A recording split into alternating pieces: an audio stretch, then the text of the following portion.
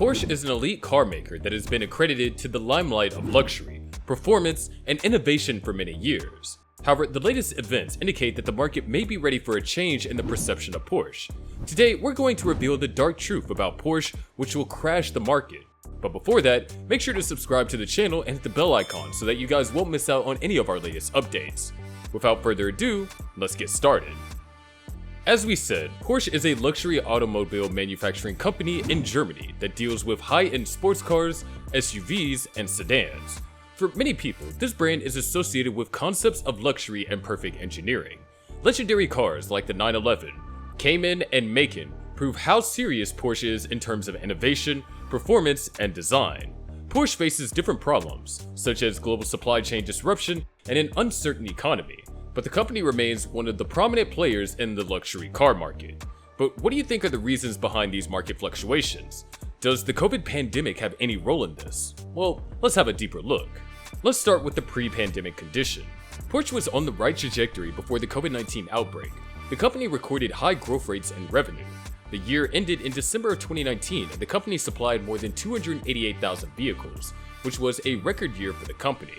The collection of brands embracing models such as the 911 and the Macan met with refined acceptance worldwide and remained popular in China, the USA, and Europe. When the pandemic hit the world in early 2020, the economic status was immediately disrupted, especially in the automotive industry. Like other manufacturers, Porsche could not escape factory shutdowns, disruptions in the supply chain, and a sharp decrease in customer interest. However, with a solid global positioning and excellent business model, Porsche was able to minimize the effects of these challenges. As far as financial performance is concerned, Porsche generated total revenue from car sales of up to $31.357 billion in 2020, the highest number despite the pandemic ordeal. Nonetheless, the company operating result was 28% below that of the prior year. This was affected by overall sale volume, digitalization, and process electrification. As can be seen, Porsche's number of vehicles delivered across the world diluted by 3% in 2020, and the number stood at over 272,000. Whereas China's sales were up 3%, the European and US markets were down 4% and 7% respectively. Subsequently, in the years 2021 and 2022, particularly in the wake of the global economy's recovery, Porsche posted improved results in the market. There was continued demand for high-end and performance cars, and the company's electrification plan continued to progress unabated.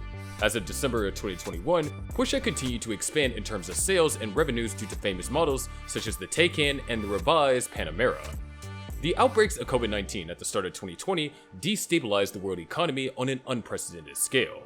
The car manufacturing sector was affected again, with vehicle manufacturing plants snowballing, disrupted supply chain, and reduction in purchasing power. Thus, a huge reaction could be observed at Porsche in the beginning. Some of the problems included interruptions in production flows affecting the unveiling as well as the availability of new models like the GT3. The raising of doubts regarding the future pulled down consumer confidence, temporarily affecting the demand for luxury cars. Nevertheless, Porsche was able to be very tenacious, especially in times of adversity. As a result of changes in market conditions, the company increased its focus on improving its online sale presence and regularly communicated with the customer base. The loyalty of the Porsche consumers cushioned this. Many of them preferred to wait for the delayed models rather than switch to other car brands. So guys, the market is correcting, and cars, even special ones like GT3s, are devaluing like a normal used car should be. But then, how come they didn't for a while there? Well, the pandemic really shortened the supply, so it made the GT3 become somewhat of a numbered car for a hot minute, or whenever there's a limited supply, people, well, they're willing to pay more because they can get it today and not have to wait until tomorrow, or the next year, or the year after. But Porsche is laughing all the way to the bank because they're producing 3,000 plus GT3s and GT3 RS for the new generation, which was not the tradition of the 997 or the 996 generation. The Porsche 911 GT3 model is in high demand due to market demand and customer preferences. During the last 10 years, there have been tendencies towards using high performance and luxurious cars due to the increase in disposable income and luxury requirements. The GT3, which has always been an iconic model and has featured very low annual production numbers, has adapted to these trends. In addition, new passions for motorsport, track days, and tuning have also impacted the popularity of the GT3.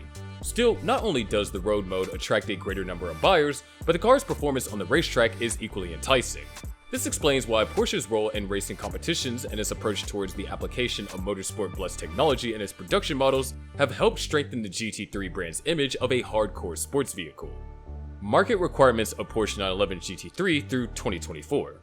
As stated earlier, the Porsche 911 GT3 is a popular car mainly used on racing tracks. It remains one of the most popular and demanded models of the Porsche's assortment, and car sales are still higher than production. This sustained high usage is best seen through the firm's ability to place high resale values while dealers offer a premium for GT3 models in the market. So one could say that the future of GT3 cars is rather promising. Future improvements in the GT3s will therefore observe Porsche's steady growth in innovation and sustainability, where environmentally superior techniques will be realized. The rising level of electrification also means that it is high time for Porsche to broaden the GT3 consumer base and introduce a new wave of buyers who would like to save the planet yet enjoy driving legends without neglecting the GT3 fundamental values that created its legend in the automotive industry. So what do you guys think about this so far? Do comment down below.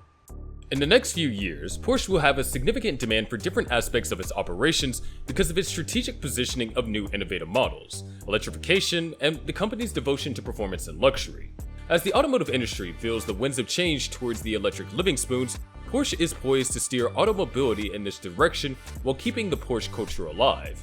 The examples include fully electric cars such as the Taycan, Porsche's first fully electric car, which is a revolution in how a brand can incorporate modern technology with a customary driving factor that defines the Porsche brand.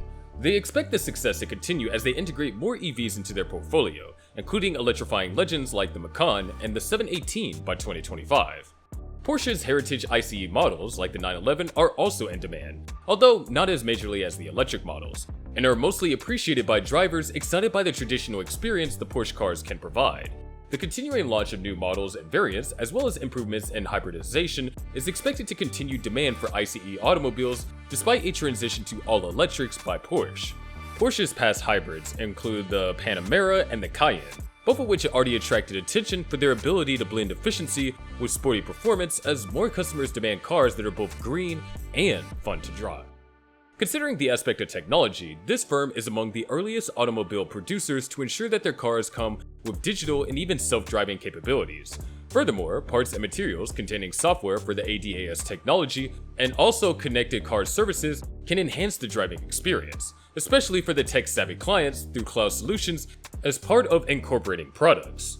The two other aspects, first of all, the focus on personalization, which allows the customer to create the car of their dreams, and the popularity of the car as the individual statement vehicle will help maintain stable sales. Regarding the sales inclination of the Porsche, it has sustained itself through its luxury SUV division, or more particularly, the Macan and the Cayenne.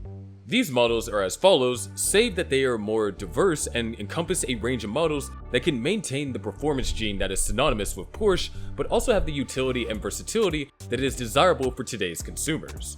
The new model of the Macan, as in the fully electrified automobile, will go further in strengthening the market's influence of Porsche, where existing as well as new clients are demanding electrified cars. Therefore, Porsche's sales in the following years will continue to remain at good selling rate throughout its model range from high-performance Porsches to the incorporation of electrification of the Porsche brand. Therefore, one can safely assume that the cultivation of innovative works that can harmoniously fit into the parameters of the brand's fundamental values will ensure Porsche's success in attracting consumers' attention in the framework of the constant change in the automobile market.